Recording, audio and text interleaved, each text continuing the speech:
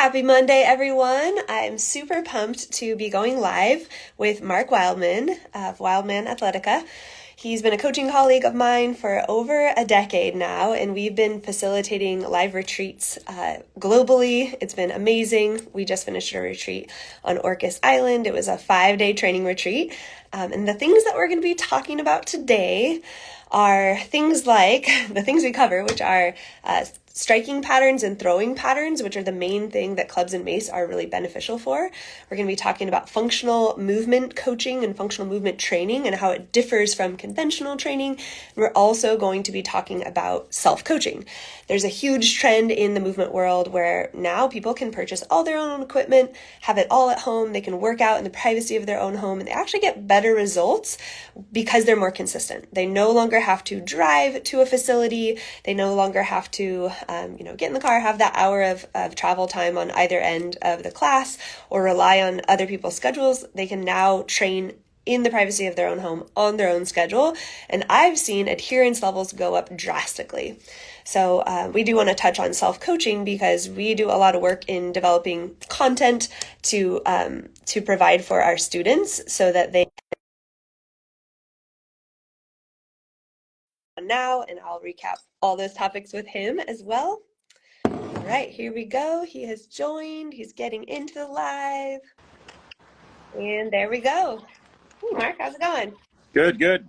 Just at the shop here, talking about our new mural we have on the wall here with my other shop mates, and we're running a laser table today, or a plasma table today. Very cool. What's the mural of? It looks really colorful. We had this artist, Shaq, smart underscore. I'll figure it out. I'll get it right. Okay. But we just had him do this giant mural on the side of our new building. Love it. And we're going to do all the walls on the whole building because we want the whole place to be awesome. So Amazing. it's the first one, and it's huge, but we've got about 7 other walls to do. Sweet. And that warehouse, for those of you guys that don't know, it's in LA, and Mark's been running staff trainings out of there, and he's going to be doing some club training, heavy clubs training, some kettlebell trainings, and I'm sure some other seminars here that are all going to be pretty epic. It's a pretty sweet training facility. I personally cannot wait to get there.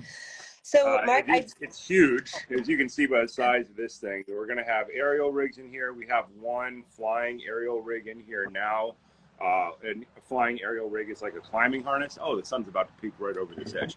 So that people can be pulled and do flips and stuff, like stunt stuff for movies. We're going to have pick lines in here. We have a giant air ram inside that we just serviced, so that you can use to pull cars or to jerk people like 50 feet across the room, because why not? It's awesome. Heck yeah. Yeah, we will be having a kettlebell seminar here in November, second week of November.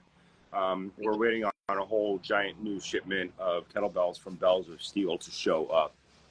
But we want to make sure we do that announcement. I need to make an announcement video for that like this week. It's short notice. It's like 6 weeks out, but we're just going to do it anyway because it's going to be fun. That's kind of the sweet spot. I feel like 6 weeks is the perfect zone where people see it on the radar and they're like, I got to get there, and make it happen. LA is super accessible. So Mark, I kind of walk them through what we're going to be talking about. So I'll just recap just so you kind of know. I know we've talked a bit about this, but we're going to talk about striking and throwing patterns and why that's beneficial for all of humankind, kind of the main topic. We also want to talk about the things we covered in our last Orcas Island training retreat, and how, like, the general person that has no experience with striking, how this crossover really helps improve athleticism. And then self-coaching, this trend towards self-coaching, how you can actually get a lot more out of training at home, in the privacy of your own home, on your own schedule, adherence increases, etc. So I guess first question for you, Mark, is you're kind of one of the most experienced people that has the most experience with club swinging. Can you kind of break it down? What are throwing and striking patterns as they pertain to training with heavy clubs?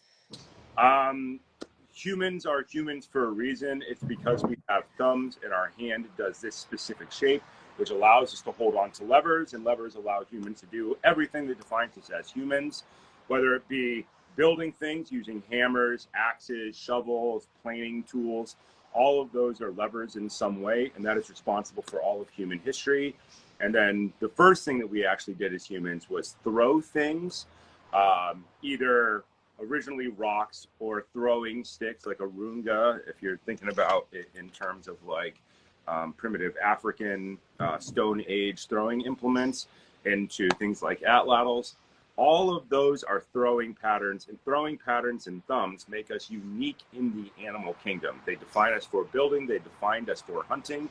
Hunting is the origin of things like thought, of complex thought, the imagination of looking at the ground and seeing a track and seeing where something has gone in the distance, and then being able to bridge a distance between you and some other thing by throwing and or using levers of some type. Did I say that right? I don't know. It's early in the morning. Yeah, I mean, it's kind of, yeah, it's like it's going to the origins of human history, of like why we actually need this to be a part of our human movement and training programs. Because like I don't really throw anything in my everyday life. However, when I'm training with Mace, doing things like mills, and you know, when we're doing things like guard position and shoulder casting, all of these are kind of reinforcing this need to be able to have these like optimal ranges of motion. So yeah, I guess crossing over into the club piece and the Mace piece, that's the piece I'm really interested in, and I'm sure our listeners are as well, of like, how do we train these patterns with light load? There are a bunch of different ways that we like to talk about this. The idea is so big because it is one of the fundamental ideas of human history. But the most important things that you should be doing with clubs is treating them as clubs. Something that I see a lot of other instructors doing is they try to softball clubs or mace in by treating them more like a barbell to try to get people to see how to do it by doing something that they're familiar with. We kind of go the opposite way. We kind of stick to the things that clubs do that nothing else does, which is the way that I think they should be best trained. So anything that's based on a shield cast, a pullover. So think a pullover, a shield cast, a gamma cast. So pullover is moving straight back and forward. A mill or a shield cast is moving past your opposite ear. Think building, think defense, right? And then alternating, getting back and forth between this way and this way is coordinated movement and skill. And all of those build up into our throwing patterns or mill patterns, where we're doing all that while rotating our spine vertically around its central axis. Those are the things that I think that we like to talk about the most. And we always like to talk about them in the context of two hands versus one hand first. And the reason for that is most people rotate only one way well out of four directions. Think you could rotate strong hand inside, outside, weak hand inside, outside. And most people only do strong hand inside, and they're missing a bunch of other rotations. And when they're missing those rotations, they become specialized in doing one thing. Their body adapts, and then they have weak directions. Something that heavy clubs and mace do better than anything else is help improve people's health by improving their skill, by doing exactly what humans are meant to do, and by doing it all equally well, as long as the training is designed properly, so that people can get what they really want out of training, to be healthy and to emphasize all of your human traits. And so Mark and I have kind of taken it upon ourselves to merge the three modalities in this format that we like to run. It's kind of like our human experiment, where we take everyday humans with pretty much no experience in staff fighting, and sometimes they're either club athletes or still mace vinyasa athletes. Sometimes they have experience in both of those modalities, but we really like to cycle through those three modalities in our 3-day retreats. Our 5-day retreats, and our next one is coming up in Thailand. But it's been really interesting to see how quickly your athleticism can improve with that high dose of all three modalities. Would you care to comment on that from our last, the Orcs Island one? It is what we have designed here is like a super science experiment in training. Also, our seminars are much more difficult than most other seminars are, because it really is 8 to 9 hours of training on the clock.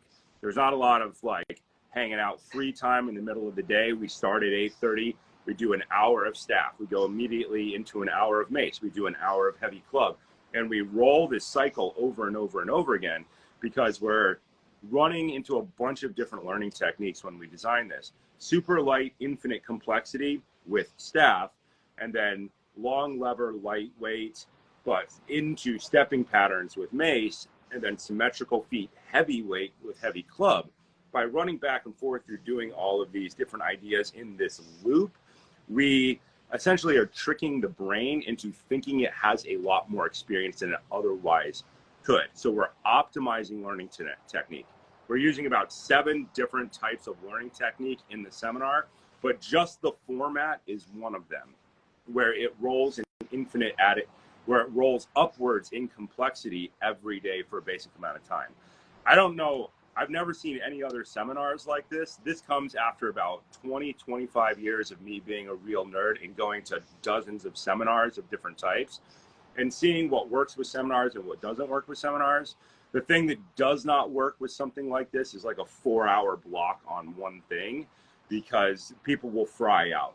We're giving people enough data that they're about to mentally go off a cliff, and then we jump modalities so that we can keep people's brain and body fresh. We're cycling people in a wave pattern to optimize their learning technique. We see people's athleticism in 5 days skyrocket. I mean, absolutely skyrocket. Everybody comes in and thinks that they are a good athlete. Everybody thinks that until you put them into an unchoreographed drill that has real consequences. And suddenly, people figure out very quickly what they do need to work on. Everybody works on the most important things. By the end of it, everybody's brain is totally different, and it's impossible to forget what you have learned at the end of the 5 days. Literally altering the structure of people's brains forever. Yeah, oh my gosh, you're getting me excited about it. So one of the techniques that Mark and I teach on, and I actually learned from Mark from a lot of his weapons training, was the OODA loop pattern: observe, orient, decide, and act.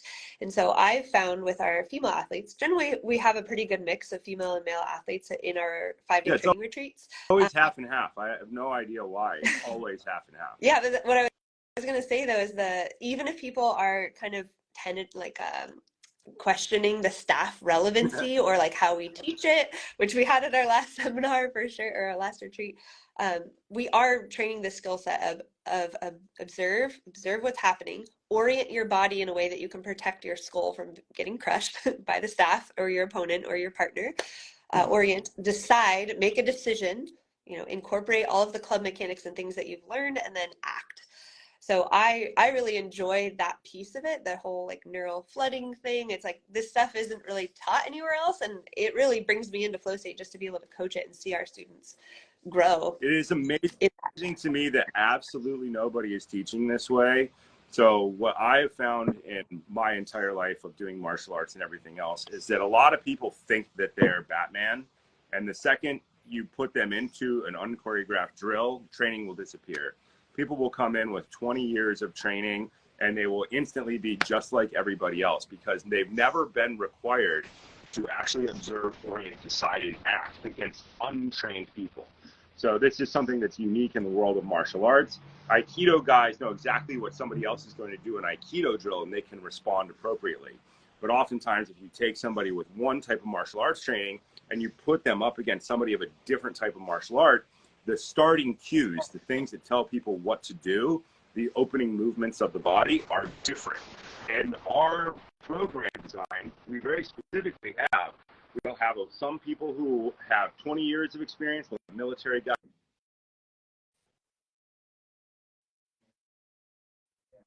Never done anything, and they're all at the same level because people all are starting at the white belt level on these types of movements, and they're adapting as they go. It's a very interesting learning strategy, but we do it all mathematically. The whole seminar for the staff part is designed mathematically. At the low end, you will do 30 OODA loops per minute, 30, right? And now take that times an hour. People usually average about 45 to 60 decisions per minute.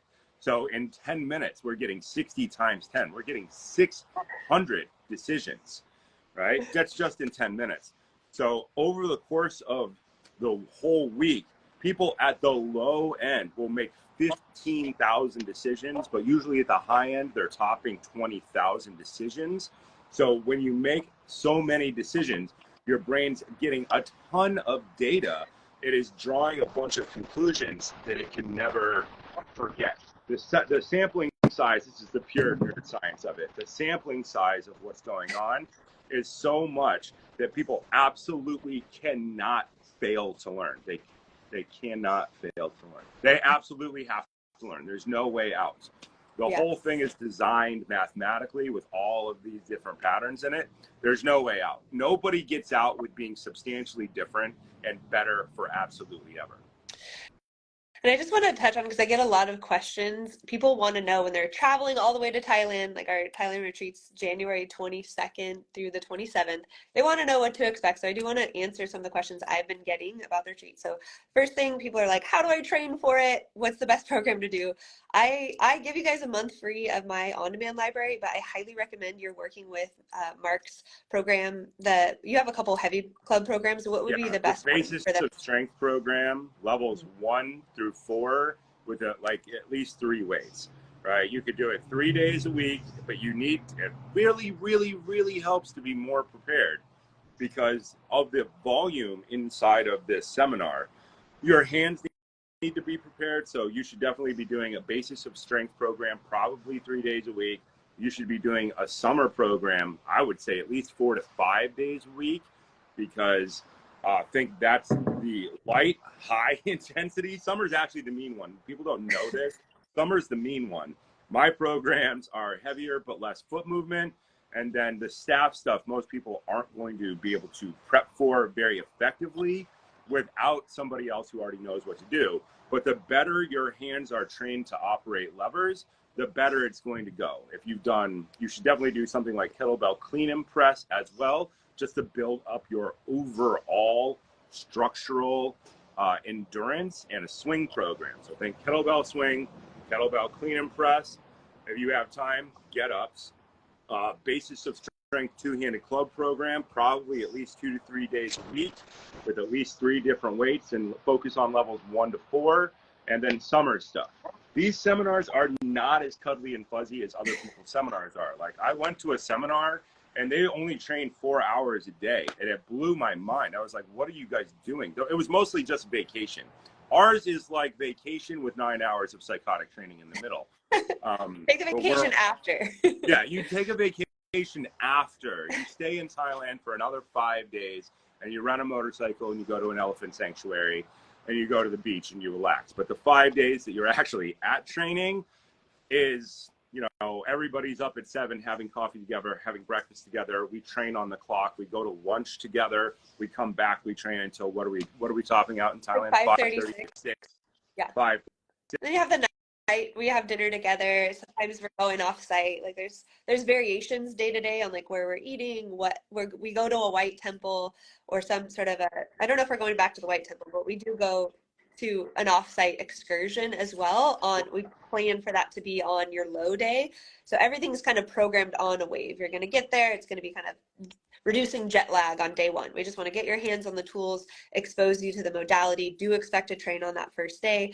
The second day and third day are going to be a mod high, lots of volume, and then we do account for that next day being kind of a low day. What's up, doggy? Is that your pup? Oh, this is Lana Von Canine. Nice. Lana Von Canine is our shop dog here. She is our great fierce protector here.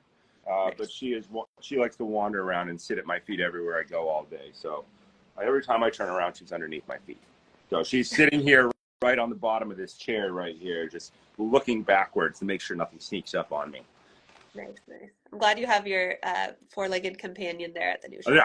That's good. I have dogs everywhere in the world. It's like I end up with dogs everywhere, and so there are like farms in the Midwest, mountains of Colorado. When I show up, I have a dog there.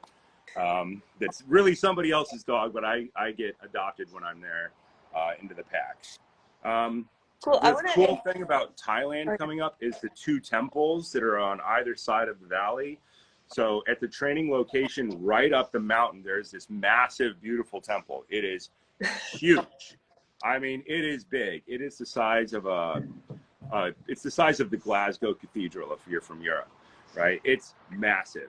But we're supposed to have permission from the abbot of that temple to do some training up there 1 day out of the week.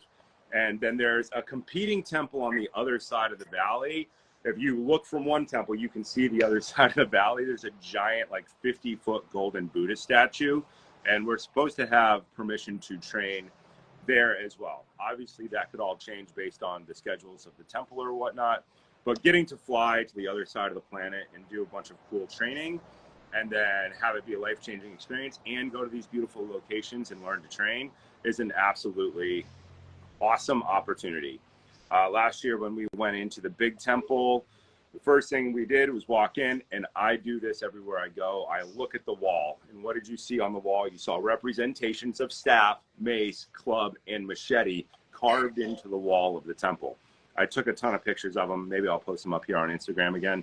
But you go, people have thought that these things were so important to learn for all of human history that they are still carving them into temple walls to this day, which is a fascinating thing. You don't see barbells carved into temple walls anywhere in the world, but you'll see maces, clubs, staffs, and machetes absolutely everywhere on the planet in every culture. Yes. Thank you so much for bringing that up. It's pretty epic to see that, and really reinforces all the things we're learning and the historical relevance behind it, and why I feel so much better when I do train with these non-conventional tools or unconventional tools. The final question I have get often is about equipment and what equipment to bring to the retreat. So we do require you to bring your own equipment to the retreat. So that's one club bell potentially, or one club rather. Some people use Adex clubs, some people use heavy clubs, and then one mace. And then we provide all of the staff and the other training materials. The reason that we want you to bring your own equipment, one, it's very difficult to ship things overseas because this equipment just costs probably 5 times the amount for shipping. So we do want you to get to know your equipment. We want you to learn how to transport it as well, because you're probably going to be traveling throughout the year for other events as well. So having a case, some people use a weapons case. I just use a straight up suitcase, and I just bought some foam and I carved it in to be able to fit into one portion of my suitcase, and the other half is clothes. And you just carve out with a razor the outline or the silhouette of your club and mace, and you put it in there, and you're good to go.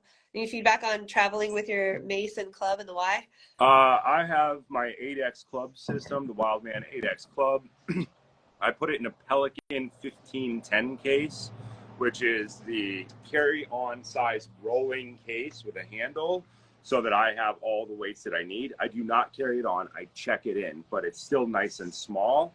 And you can even, I have that so that it will strap onto an Alice frame, so I can actually carry it all physically on my back, which is great. When you're going to travel for something like this, you're carrying a bunch of basic stuff. As many t-shirts as you can find, because you're probably going to be going through 3 t-shirts a day, right? Your training shoes, your socks, comfortable training pants, and I only bring one outfit, to go out to dinner or whatever in. You have that bag, which is small, and then you have your gear bag. So the club is something that always travels with me because it's light enough that you can actually still travel. A heavy club in a hard case still goes on underneath your baggage weight limit for international travel. One of the things I like to do with maces, if you have fixed length maces, is buy a lacrosse stick case, foam up the mace and put it inside a lacrosse stick bag. And then you can still carry it that way and not freak everybody out when you're walking around with a giant chunk of steel with a big metal ball on the end. But yes, bringing your gear, maces and clubs travel incredibly well. I've gone all over the world since, maybe 2015 with clubs and maces. They are light enough you can transport them effectively without having to hire a giant thing.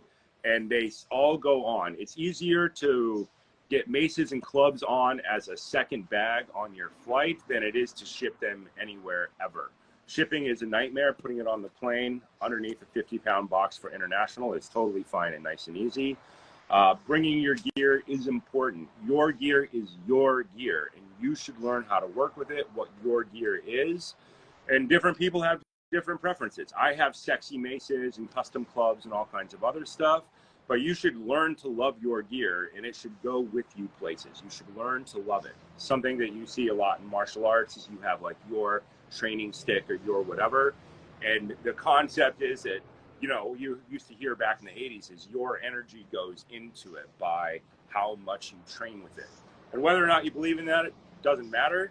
What matters is that you are familiar with your gear, you can travel with it, it's good, and you show up. Bringing your own gear really helps. Bringing multiple weights of clubs really helps, because sometimes you're going to want to be light, sometimes you're going to want it to be heavier. Two-handed club, you're probably going to want it to be heavier. Single arm on day 4, you might want to make it a little bit lighter. So adjustable clubs are great for that. But, you know, Summer can drag a whole pile of maces for almost no weight. A 10-pound mace, a 7-pound mace, and a 5-pound mace, that's only 22 pounds. Inside of a bag with a box, that's still only 25 pounds. So you could bring 3 maces. You could add another 15 on top of that and still be well below the check-in weight. You know, 15 plus 10 is 25, plus 7 is, well, let's add the 5 is what, 30? So 37 pounds plus box. You're still well underweight. So bring your gear, learn to love it, have fun. Awesome. Other logistical things. You want to show up in Thailand. I would recommend a minimum of 24 hours, if not like a full day, to adjust to the jet lag. Don't try to just come into Chiang Mai and go straight to the retreat center off of a 22-hour flight. That's not going to be the best way to get the most out of your training. Plan ahead, stay at an affordable hotel, or, you know, different sort of. Yeah, what was that one we stayed at last year? We stayed at some like super James Bond-esque hotel, like a 1970s awesome James Bond hotel. We made the mistake of going to Bangkok and then flying to Chiang Mai. So next time we're just going to go straight to Chiang Mai, and we're going to do our day of jet lag recovery in Chiang Mai. So that's our game plan. And so we just want to help you guys optimize so that you show up mentally ready, physically ready to get the most out of your training, because, you know, it is 5 days of training with us, and we want you to take away these skills and use this as a springboard for the rest of 2024. And then the final question I have been getting as well is, so we got bring your own stuff, plan ahead, come a day early. Gosh, now I'm blanking on what the final question is. I get a million questions on the retreat page. You can submit your unique question. You can also comment them in here as well. Oh, the private retreat center. That was what I was going to mention. So this is one of the only opportunities that we have where it's a fully private retreat experience. We have 22 rooms, and we have 5 where you can do a double, 2 people in a room. You are sharing a bed, so that's generally for like couples, and both couples need to be training. It's not, you can't just bring your husband or wife. They need to be in the retreat as well, because everyone's sharing this group experience. So private retreat center means there's a private hotel. There's no other people staying in that hotel other than our group. It's also super James Bond. I love it. I've stayed at some really weird James Bond-ish hotels around the world. This one's really up there, kind of James Bond. The external, it's like a U-shaped hotel with, you know, the trees in the middle that are beautiful, and then the front, the entranceway, it's like a separate building with like a 20-foot ceiling in it. And when you walk in, you're like, oh yeah, this is cool. Yeah, so you got the hotel, then right across the street is the training facility. They did install a pool, so there's a pool on site. There's a pagoda. We call it the training pagoda, but it's actually an aerial platform that overlooks rice paddies. Right next door to that is an organic restaurant that we do most of our breakfast and lunches at, and often we'll go off-site for dinner. And then right up the hill, like Mark said, there's a huge temple and facility, and definitely recommend going and giving an offering on one of the days. We'll be doing that and facilitating that as well. It's a pretty magical spot. We're very fortunate. I just want to give a shout out to Panna, who does facilitate these private retreats. It's invite only. She doesn't advertise these publicly. It's based on her kind of knowing you, and Mark's known her for many years from his previous aerial life. So yeah, we're super stoked about the facility, and I always like to know what I'm getting myself into when I'm traveling abroad. So hopefully that puts your mind at ease that you'll be well. It is cool. And she caters the entire food experience, and she is a foodie, so the food is pretty awesome. I actually got way overfed last time with so much good food. It was crazy. I was having to turn away from food and not show up to meals just to survive not being able to eat that much awesome food. It is a lot of very good food. And the restaurant right there, that organic restaurant, is amazing. I've been to some pretty fancy restaurants around the world, most Michelin star restaurants in Europe. This place is pretty sexy. It's outdoor in the rice paddies with all the organic food being grown right there, with like water buffalo going through. I can't think of a cooler restaurant, except maybe that weird one on the northern coast of Spain, and that weird James Bond hotel there. I can't remember what that one's called. Can I answer a question from Mr. Sam Pressman? Go for it. He wants to know if an arc would be welcome. So an arc is halfway between the length of a mace and a club. It's a product from Adex. So the Adex Wildman arc. It's basically a short mace. Yes, of course, you can bring anything like that. So think about when Summer is teaching a lot of the mace stuff. I'm just getting the sun hitting me. Think about double overhead press. Sometimes longer handles make people a little bit happier as the length of the seminar goes on. But that two-hand stack directly over shoulder position from the arc is 100% fine, 100% okay. Depends on what weights you're bringing. You could just bring an arc and get away with most of the stuff. Is there anything? No? Yeah, you could get away with everything with an arc. Yeah. As long as you don't crush your toes. As long as you're tall enough to not crush your toes, you're fine. Sweet. Well, I think the final topic we did touch a bit on was the self-coaching. And I just want to just acknowledge that the industry has changed quite a bit. Mark is doing a ton of work on putting out these progressive programs. When you buy a program from Mark, it's going to be like a year's worth of training. And I just so much more than that. It's crazy. Like, yeah, I think the club program at the short end is 5 years long. But if you, now that Adex is finally releasing the giant add-on kit, that it's finally, the equipment will be there for the 8-year program. I overwrite programs. They're so big, it's nuts. Yeah, so if you're thinking about getting started with clubs and mace, or you are in the first like 1 to 3 years, just know this is a long-term endeavor. It's kind of comparable to Olympic lifting with how much technique there is, you know, how much refinement of your form. Like, people come to our 2.5 day seminars, and then they come to the retreats. We have one student who's come to 3 2.5 days and 2 5-day retreats. Travis Lakeman, who's coaching with Mark, he's done my 100-hour teacher training as well. But people show up again and again, and they're always learning new things. And the seminars and retreats are always slightly different and varied. But it's through that consistency, even if you're just self-coaching at home and you're studying one of his programs, like, be consistent, really dedicate time to really learning the form and not just dabbling and cherry picking, but really drilling the form, adding volume, like making sure that you're creating that adaptation. Yeah, any words on self-coaching or your thoughts on it? It goes, you have to have both.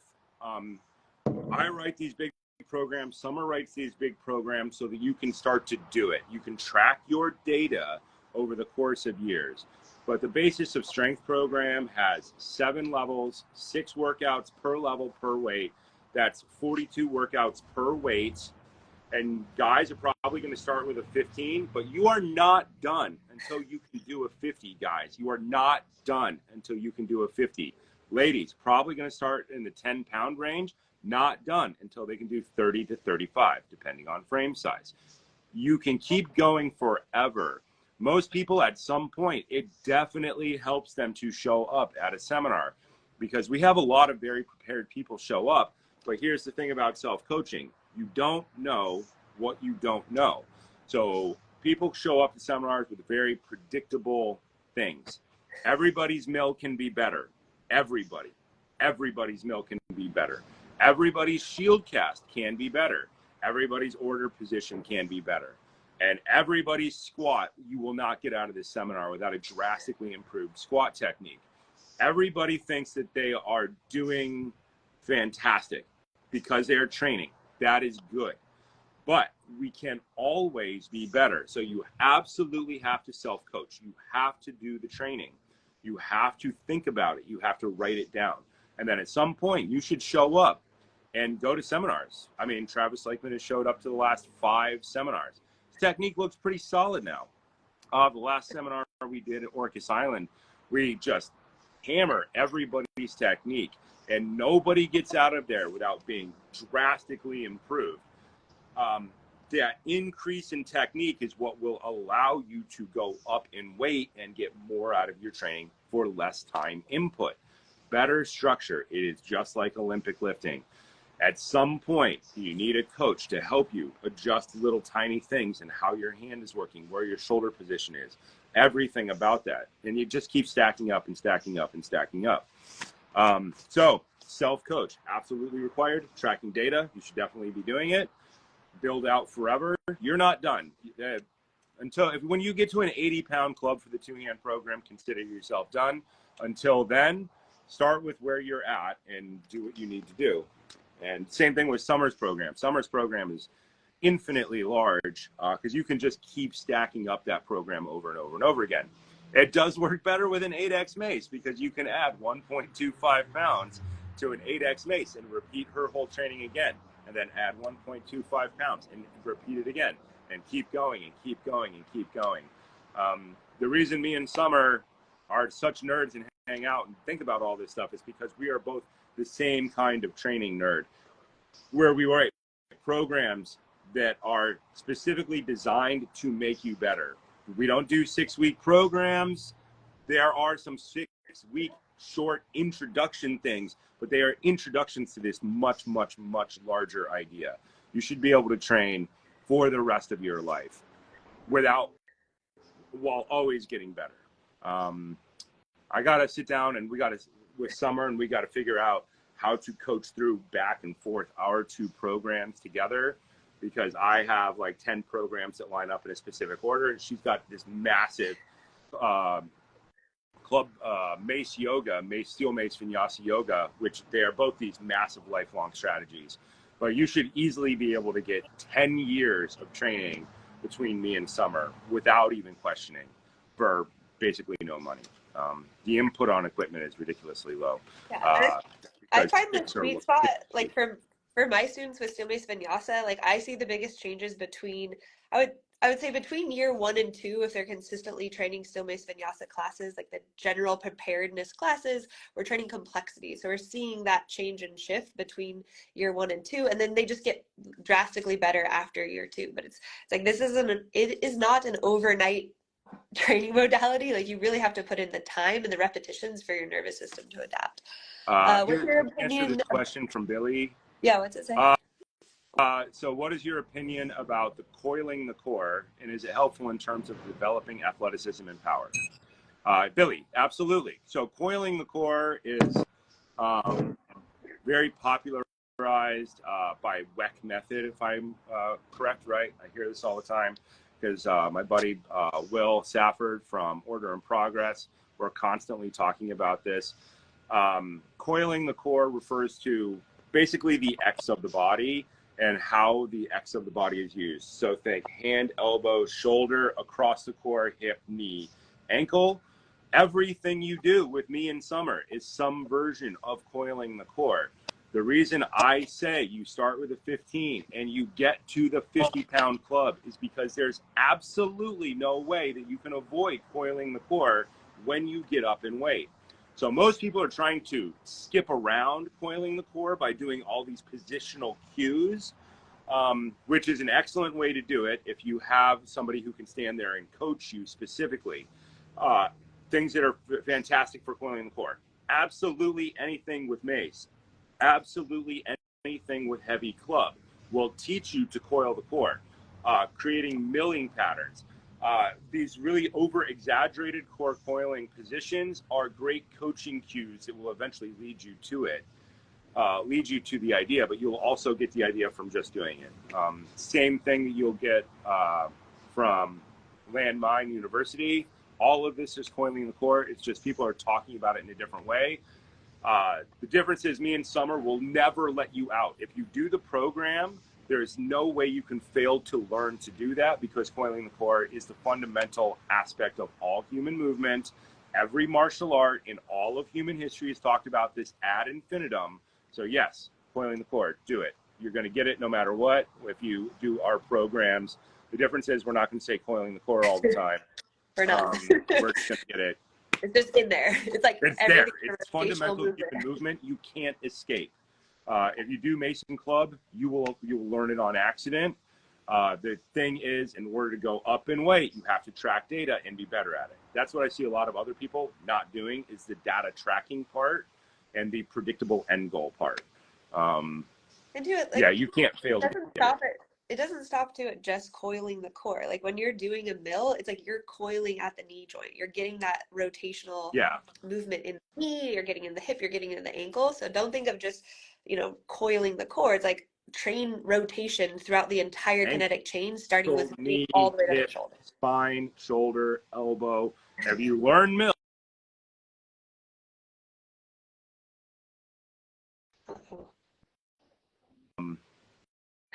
It will happen. Great. Okay, we got to wrap this up. Yes, we're coming to Europe. We're coming in February, probably more like March this year, I want to say. We're still working out the details on the venue. It will Yeah, be a 2.5 we day. doing London? Yeah, we're When's doing our London? London in, I'm still meeting with Mark to finalize on a bigger facility because last year was a little tight with our staff in the Yeah. facility we had. And so we have a meeting next week to get those dates up. All of the dates are up on the Wildman Athletica page as well as Flowshala.